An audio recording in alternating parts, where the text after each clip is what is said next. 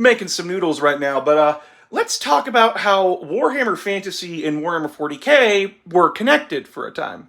Now, out of story and out of fluff, this was a way for marketing to basically say, oh, you can play Chaos Demons in both Fantasy and 40k.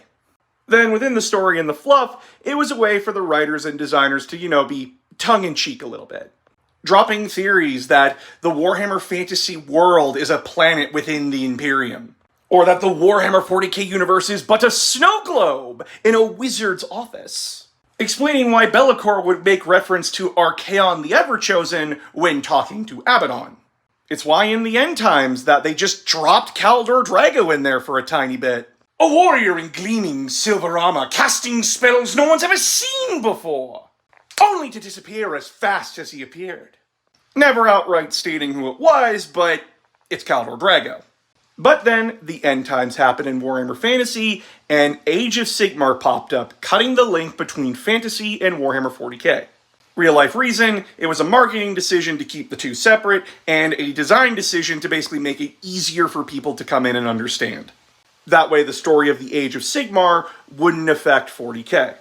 Because, in Age of Sigmar, Slaanesh went missing for a little bit.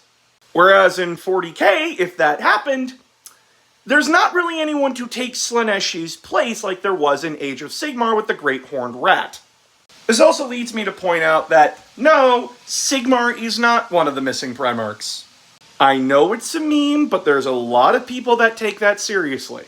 Sigmar, before he bit the dust, was a regular dude who, after he died, ascended to godhood. And that only cemented further when the connection was cut. Now, I'm of two minds of this splitting.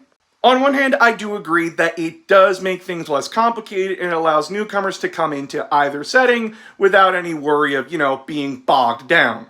As well as allowing demon players to play their demons both in 40k and in Age of Sigmar. But I do also understand that there was a lot of fun to be had with that. I find it absolutely a hilarious idea of an Imperial Guard regiment just being teleported to Fantasy, seeing all the dragons and shit, freaking the fuck out, and then teleporting right back into 40k. Or Karl Franz from Fantasy meeting Roboute Guilliman and both of them just going, Mood Kindred? I really do understand both sides of the argument. Let me know in the comments any misinformation you've been told or things you want me to debunk.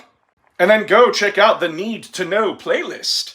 Each video is meant to give you the need-to-know information on events and factions within the Warhammer universe.